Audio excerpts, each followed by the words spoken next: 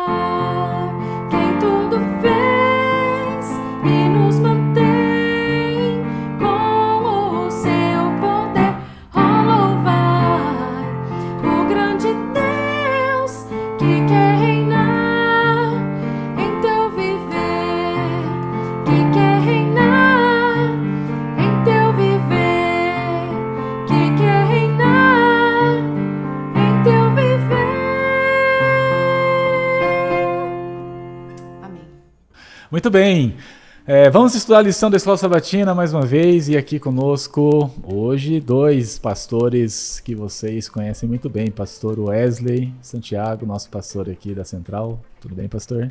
Tudo bem, Marcos, feliz sábado, pastor Renan vai ser apresentado, feliz sábado para você que está nos acompanhando nessa manhã pela internet.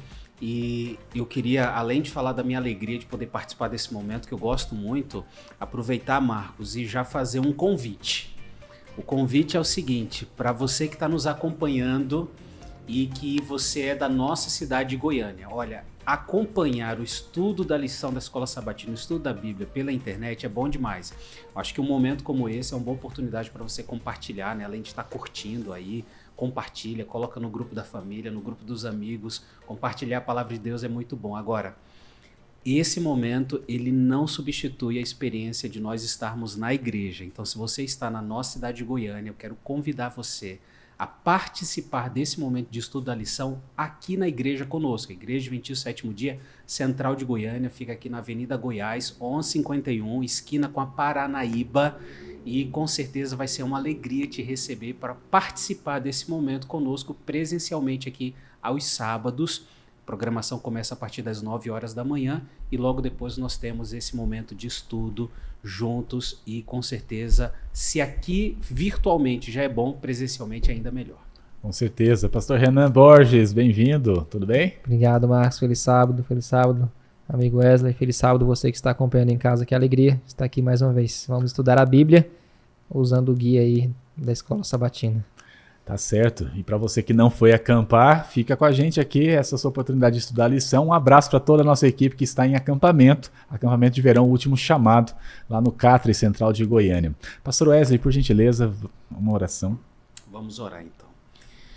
Querido Deus, nós agradecemos ao Senhor por essa oportunidade, podermos parar, meditar na Bíblia, conversar sobre a Tua Palavra. É um privilégio, uma oportunidade única. Então quero te pedir, Senhor, que o Teu Espírito nos conduza nesse momento, nos traga as reflexões, sobretudo que o Senhor traga a mensagem teórica, que ela seja prática na nossa vida. Amém. E também eu quero te pedir por essa pessoa que está nos acompanhando agora pela internet, abençoa a sua vida, a sua família, e que esse momento de estudo da palavra também seja uma bênção para ela. Eu te peço em nome de Jesus. Amém, Amém. Senhor. Amém. Tema da lição dessa semana, de 2 a 9 de fevereiro, lição 6, eu me levantarei. Essa expressão que apresenta Deus, né, dessa maneira em muitos momentos da Bíblia e no livro dos Salmos também. E o verso para memorizar, nem sempre memorizamos, mas é um verso que está aqui para ficar bem enfatizado, é justamente o livro de Salmos, capítulo 12, verso 5. Por causa da opressão dos pobres e do gemido dos necessitados, eu me levantarei. Agora, diz o Senhor, e porei a salvo aquele que anseia por isso. É uma promessa e, ao mesmo tempo, um retrato da injustiça, da opressão, daquilo que a gente vê por aí, né, pastor Renan? Pastor Wesley. Duas coisas me chamam a atenção, pastor Renan e Marcos, aqui nesse verso, que é o verso central da nossa lição. Primeira coisa, né, no início do verso diz assim, por causa da opressão dos pobres e do gemido dos necessitados. Ou seja, Deus, ele ouve os gemidos, ele ouve os pedidos, ele ouve a oração. Eu acho que isso tem que estar muito forte no nosso coração, porque está falando aqui de gemido, então está falando de um clamor no momento difícil. E no momento de necessidade, às vezes a gente pode se perguntar, será que Deus realmente está me ouvindo? Será que tudo isso daqui tem valia? Será que tudo isso funciona? E esse salmo, ele tenta nos relembrar. Funciona. Vale a pena pedir. Deus ouve os gemidos. E aí, depois, ele chega com a promessa. Eu me levantarei agora, diz o Senhor, e porei a salvo aquele que anseia por isso. Eu entendo esse eu me levantarei, já entrando no nosso tema aqui de estudo, eu vejo o Salmo como tendo também um caráter profético. Então o Salmo, por vezes, os Salmos eles têm essa cara profética. A gente encontra, inclusive, falando profeticamente sobre a primeira vinda de Cristo. Uhum. E eu penso que esse Salmo aqui, ele tem um caráter profético. Eu me levantarei. É Deus trazendo uma promessa. E a gente precisa olhar para essa promessa da maneira correta e da maneira adequada. Se Deus prometeu, ele vai cumprir. Agora, nós ainda estamos no planeta Terra. Ainda estamos numa terra de pecado. A gente ainda não chegou no céu. Então não adianta a gente querer coisas que Deus preparou para a eternidade, que elas já se cumpram de maneira plena agora nessa terra. Uhum. Então, ao mesmo tempo que a gente vê uma promessa, vê um Deus que promete, um Deus que cumpre, a gente precisa lembrar, ainda não estou no céu. Eu estou na terra, numa terra de pecado. Eu preciso me lembrar disso e que essa promessa ela será cumprida, mas eu ainda não estou no céu. Quero pegar um ganchinho aqui, Marcos, porque tem uma frase ali já no guia de estudos que me chamou muita atenção de cara, pensando nisso que o pastor Wesley está colocando aqui, né? Que os Salmos, ele tem essas promessas, eles são proféticos, e ao mesmo tempo, a lição, eu achei fantástico o jeito que ele colocou aqui, eu quero até ler como está aqui. Ele fala, os Salmos, dentre outras coisas, né? São também protesto de Deus e do salmista contra a violência e a opressão no mundo. Então, o pastor Wesley trouxe a palavra lembrança aqui, né? Então, eu quero até colocar com as minhas palavras, né? Os salmos, para mim, são lembranças de que Deus protesta os salmistas também contra a violência, a opressão do mundo, especialmente contra seus filhos. Então, quer dizer assim, é Deus nos lembrando, filho, você não está só, estou aqui. E aí, juntando aquilo que o pastor Wesley colocou, né? Só tem paciência.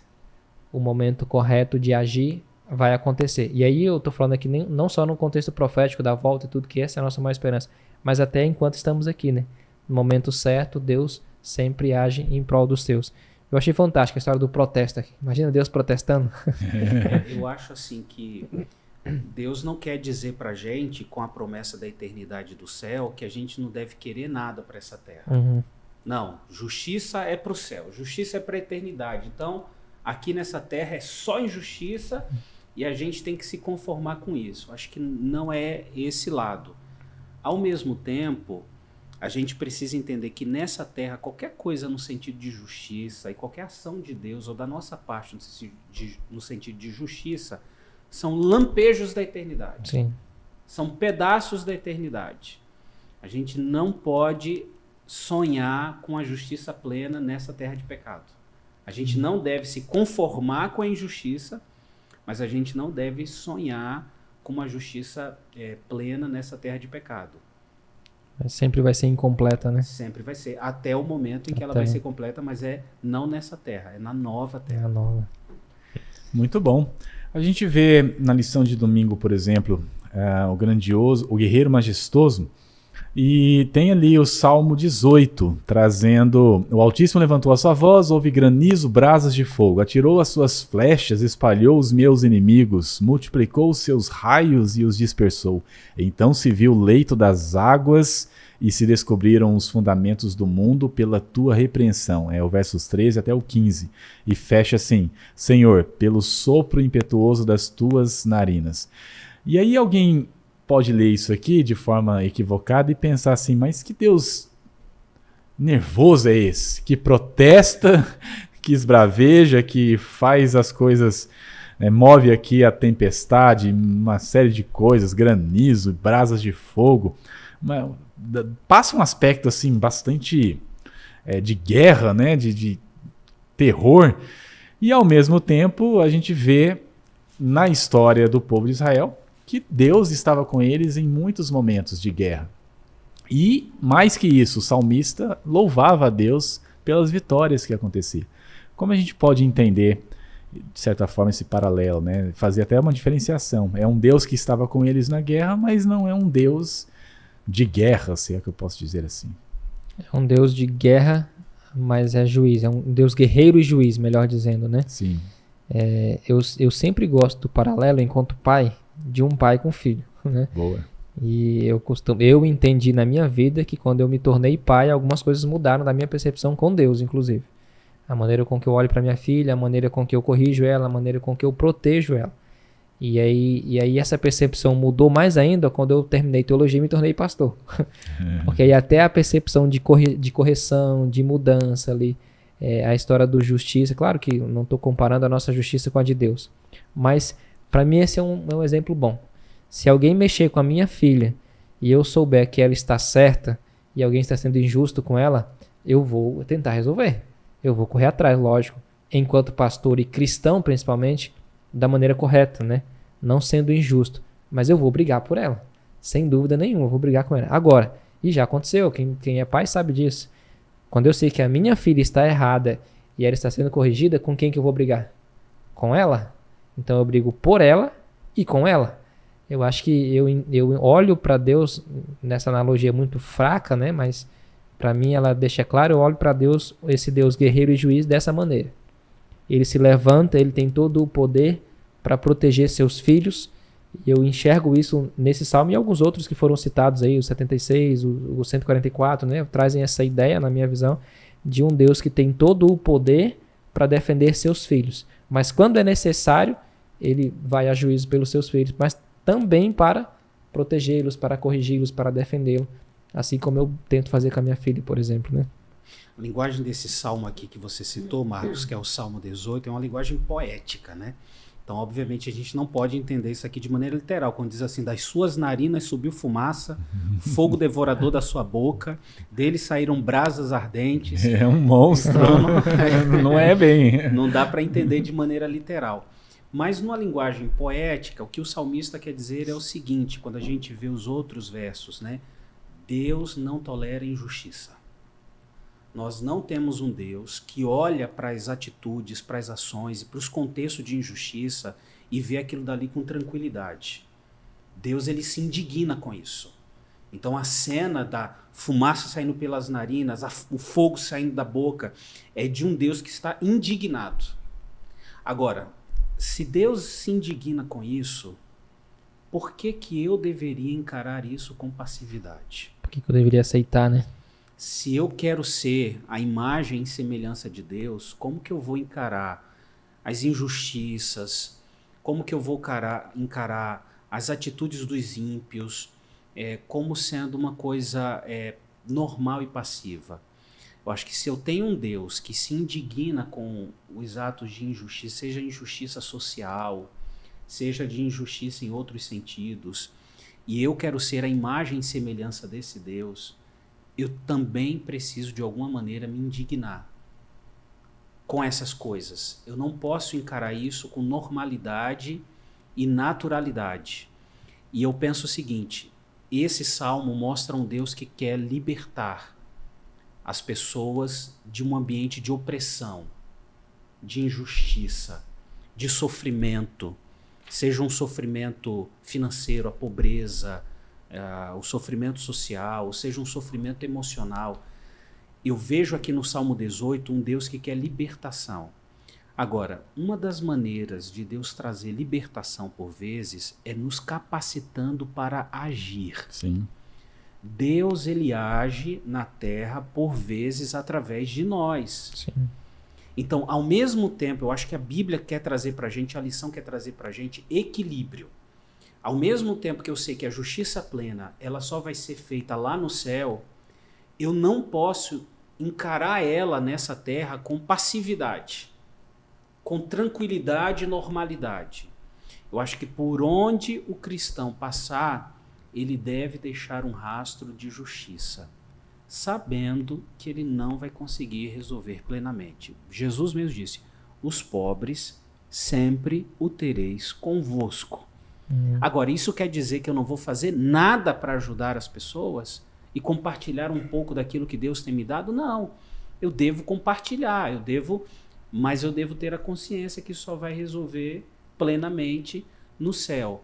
Mas nós devemos trabalhar nesse sentido, de minimizar o sofrimento do outro, de minimizar a dor do outro, porque se nós seguimos esse Deus aqui, nós devemos também, ainda que poeticamente, nos indignar com aquilo que ainda não está dentro do que Deus sonhou para essa terra. Muito bom. Interessante. Você falou, pastor, uma expressão aí que a lição traz também até uma explicação. Deus trabalha em favor dos oprimidos, né, dos necessitados. E quando a gente ouve essa palavra, logo pensa que necessitados, que pobres, tem uma expressão, os pobres e necessitados, são pessoas que não têm bens materiais. Mas ela estende essa explicação, a Bíblia, para além disso. Né? E a gente pode até lembrar daquele verso que Jesus, quando fizer para um dos meus pequeninos, então as pessoas que são de grande estatura não estão inclusos. Não é bem por aí. Os pequeninos são aqueles que são muitas vezes pequenos aos nossos olhos, ou às vezes são pequenos no conhecimento, ou são pequenos nas oportunidades, porque simplesmente não tiveram a oportunidade que outros têm. Mas enfim, Deus inclui a todos. O que a gente pode aprender disso, né, para a nossa vida cristã? Que muitas vezes a gente, os pobres e necessitados, tem que ajudar os pobres coitados. Mas espera aí, que tipo de pobreza é essa? O guia aqui traz duas palavras que eu gostei do paralelo. Pobre e necessitado, ele coloca, podem ser aquelas pessoas com vulnerabilidade e desamparo. Quando você pensa nessas duas palavras, o que é uma pessoa vulnerável hoje? Então, uma pessoa vulnerável hoje pode ser um rico? Sim, um rico pode estar vulnerável. De repente ele está vulnerável emocionalmente. Uhum. De repente ele está vulnerável fisicamente, está doente. Questões familiares. Questões familiares. Então isso, vulnerabilidade abrange ali todas as classes, né? Qualquer pessoa em algum momento da vida pode ser alguém vulnerável. Tem necessidade. Né? Tem alguma necessidade. E o desamparo também. Acho que entra junto, né? Acho que a maioria das pessoas, se não todas, em algum momento da vida, passa por uma situação de ser vulnerável ou estar desamparado. Pode ser uma tristeza, a perda de um ente querido, faliu na empresa, enfim, os exemplos podem ir longe, né? Então, a expressão pobres necessitados, eu quero colocar ela assim, aqueles que precisam de Deus. E aí eu queria até ampliar, talvez, na minha visão aqui, quem que precisa de Deus? Todos nós. Então, todos nós, em algum sentido da expressão, somos pobres e necessitados. Porque todos somos pecadores e carecemos da graça de Deus, da misericórdia de Deus, do cuidado de Deus em nossa vida. Agora eu quero, ainda nesse assunto, trazer um pouco do que o pastor colocou, porque a lição traz um paralelo, para mim, fantástico. Porque ela coloca que Jesus se fez vulnerável para estar com os vulneráveis, né? Ele viveu ali em uma condição em que era menosprezado muitas vezes, teve angústia, teve dores, para conhecer e viver, e assim, eu passei, dá para passar. E qual que é o ponto que eu queria colocar? O pastor Wesley trouxe aqui. Deus muitas vezes usa pessoas, ou nos usa, para saciar a vulnerabilidade dessas pessoas. Então, enquanto alguém que já passou por um momento como esse, eu posso ser um instrumento de Deus para ajudar uma pessoa que está numa situação como essa. E aí, como eu acabei de dizer, os exemplos vão longe, né? Se eu passei por um momento de angústia na minha vida, Deus cuidou, Deus me deu capacidade, Deus me orientou para aquilo, por que eu não posso ajudar meu irmão que está num momento de angústia? Claro. O Salmo 9, verso 18, traz uma definição interessante, eu acho, para essa questão de necessitados. Assim, pois o necessitado não será para sempre esquecido. Ou seja, o que a gente poderia entender também como uma definição para necessitado? O esquecido. É o cara que não tem a quem recorrer. E aí isso daí amplia muito. É a pessoa que tem uma necessidade e não tem para quem recorrer. Sim. Talvez não vivemos dias tão ricos como os de hoje, tão pobres como os de hoje. A tecnologia que aproximou os distantes e afastou os próximos. Então, existe necessidade. Quando a gente, por exemplo, fica surpreso, como que um influencer, um cara com milhões de seguidores, com uma conta bancária cheia, o cara está em depressão. O cara se sente só. Então quer dizer que ele tem necessidade? Como que um país com um alto grau de desenvolvimento tem também um alto índice de depressão, de suicídio? Sim. Como que é isso? Então, tem o cara esquecido. E esse grupo, por exemplo, você falou daqueles que têm uma condição financeira maior, essas pessoas de alguma maneira também são esquecidas. A gente está procurando apoio emocional, psicológico, para aquele que não tem carência financeira e tal. E quem está fazendo alguma coisa por quem tem dinheiro? Vou ir além, vou mexer aqui com o nosso ambiente. Pregação do evangelho. Campanha de evangelismo lá na cidade, na comunidade carente, a gente arrecada a cesta básica e a gente movimenta, leva pessoas, faz feira de saúde. Importantíssimo estarmos lá. Mas será que também não tem um grupo que está dentro dos condomínios, que está sendo esquecido, que não tem ninguém para conversar? É o cara que conquistou tudo na vida, mas senta no meio de uma sala enorme e não tem ninguém para conversar, porque os filhos seguiram a vida, às vezes não tem respeito nenhum por ele. Foi esquecido. Também é um necessitado. É um necessitado. Então, nós vemos aqui um incentivo da Bíblia para buscar encontrar os que estão sendo esquecidos. E sermos, de alguma maneira, a mão de Deus na vida dessas pessoas. Então, assim, onde que eu posso chegar? Qual é o meu ambiente de contato e de influência? Se os esquecidos que eu posso ter contato são aqueles que são esquecidos financeiramente, amém, vai lá e abençoa.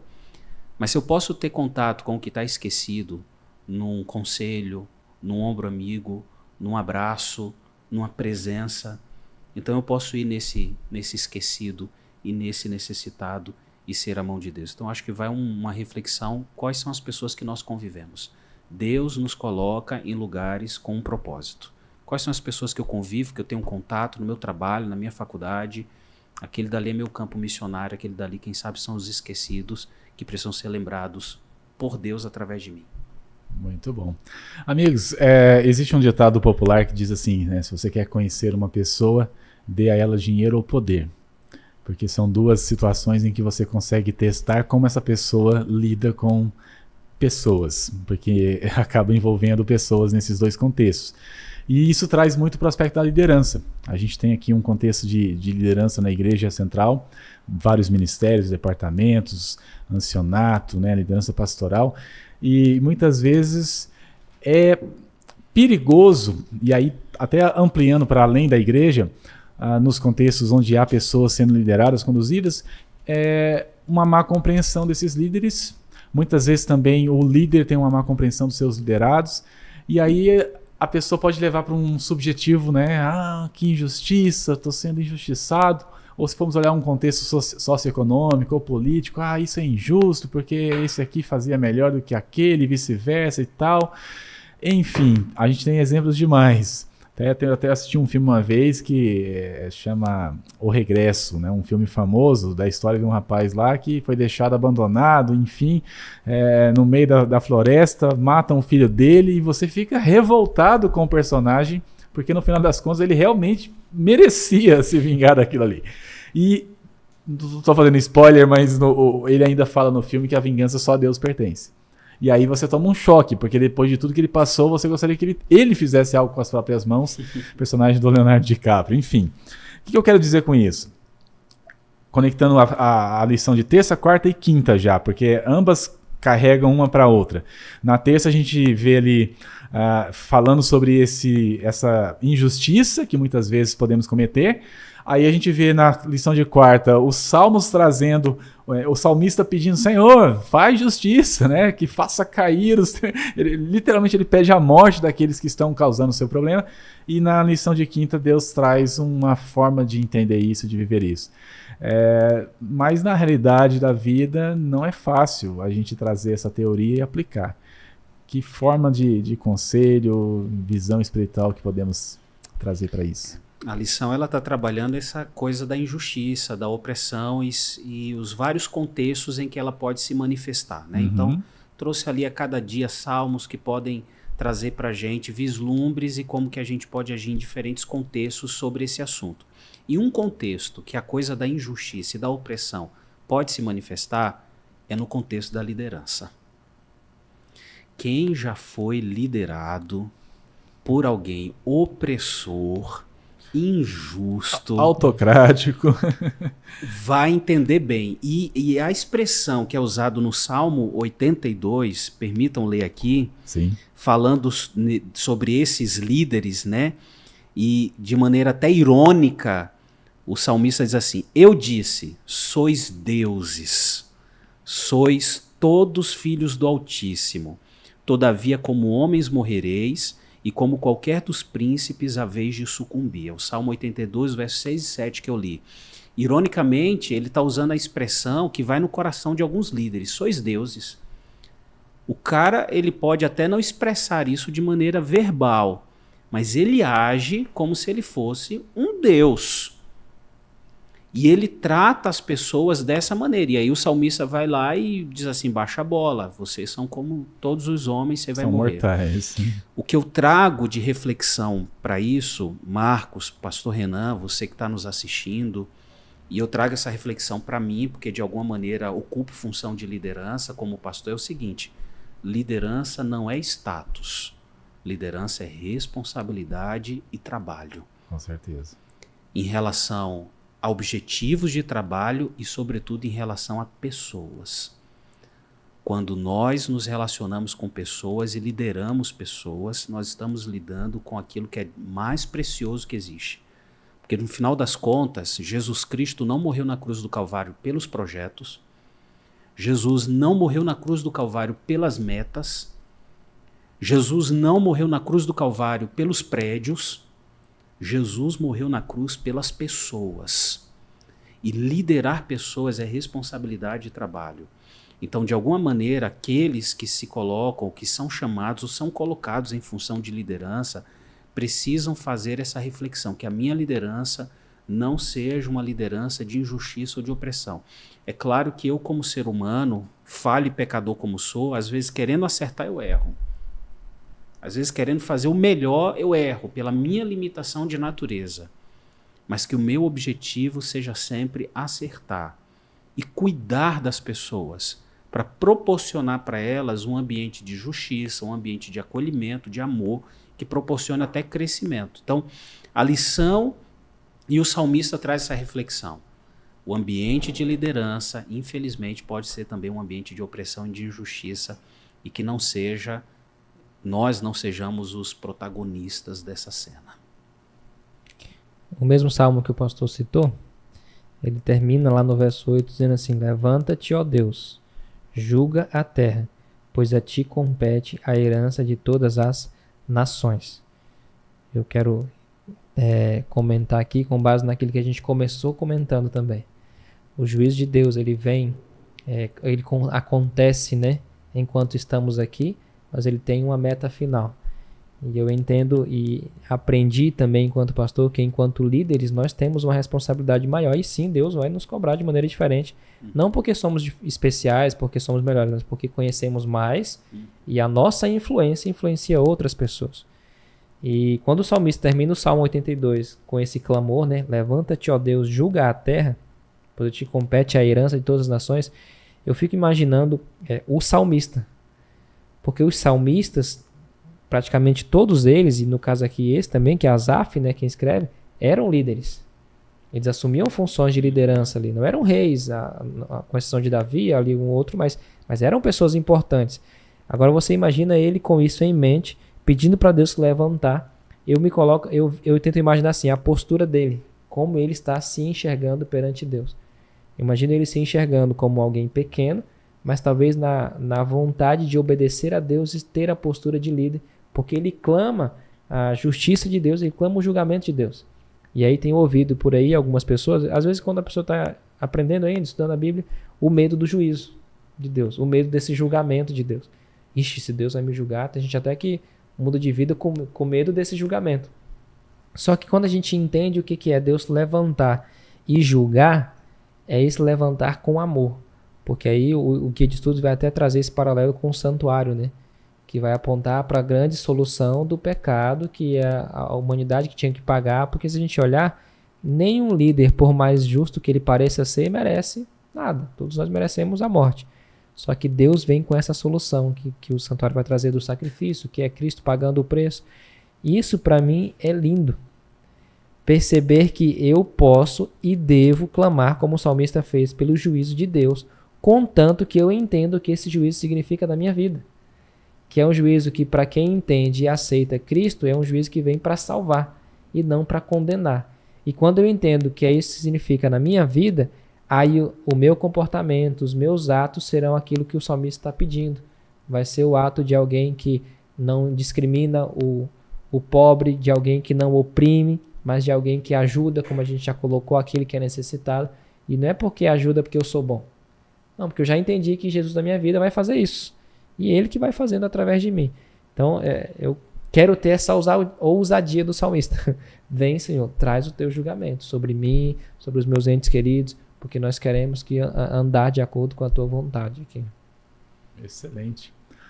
Muito bem, estamos chegando ao fim de mais uma Escola Sabatina Virtual.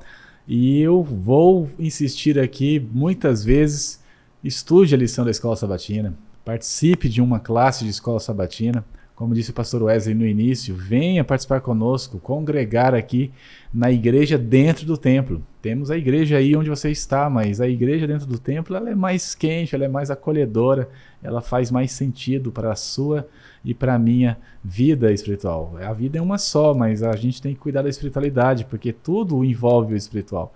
Então que você reflita nisso, e tem sido muito bom estudar essa lição sobre os Salmos. Eu vou pedir para o pastor Renan finalizar com uma oração, mas eu quero deixar você com um verso da palavra que tem muito a ver com tudo que nós vimos nessa semana. Mateus 5, inclusive foi citado aí na lição de sexta-feira, capítulo 5, versos 11 e 12, faz parte das bem-aventuranças. Bem-aventurados serão vocês quando por minha causa, disse Jesus, os insultarem, os perseguirem e mentindo disserem todo tipo de mal contra vocês. Alegrem-se e regozijem-se, porque grande é a sua recompensa nos céus, pois da mesma forma perseguiram os profetas que viveram antes de vocês. Aí depois Jesus vai dizer que nós somos o sal da terra e a luz do mundo. Foca nisso, meu amigo. Foca nisso, minha amiga, e vai dar tudo certo para você, porque Deus está na frente, comandando sempre, né? Amém. Pastor Renan, por gentileza. Sim, vamos orar. Obrigado, bom Deus, por ser nosso Deus. Obrigado pela certeza que nós temos de que o Senhor é justo e o Senhor não falha. Pedimos que o Senhor, por favor, venha como o nosso defensor, mas também como o juiz justo que o Senhor é. Amém. Se tem algo que precisamos corrigir em nossa vida, nos dá sabedoria para isso e o Santo Espírito nos guiando. Se pudermos ser instrumentos teus, uma mão tua para ajudar os necessitados, para acolher as pessoas, mostra-nos o caminho a seguir também. Amém. Peça tuas bênçãos sobre a nossa igreja, sobre a nossa comunidade, mas de uma maneira muito especial sobre aqueles que estão assistindo também a este programa neste momento, quem sabe ao vivo, quem sabe depois da gravação. O Senhor derrame suas bênçãos sem medida sobre a vida deles. Amém. Nós oramos em nome de Cristo Jesus. Amém. Amém. Obrigado, pastores, pela participação. E para você, um feliz sábado. A todos que estão acampando nesse período de carnaval também, um bom acampamento. Que Deus abençoe a cada acampamento neste Brasil, no mundo inteiro. Fique com Deus e até o próximo sábado, mais uma Escola Sabatina Virtual aqui na Central de Goiânia.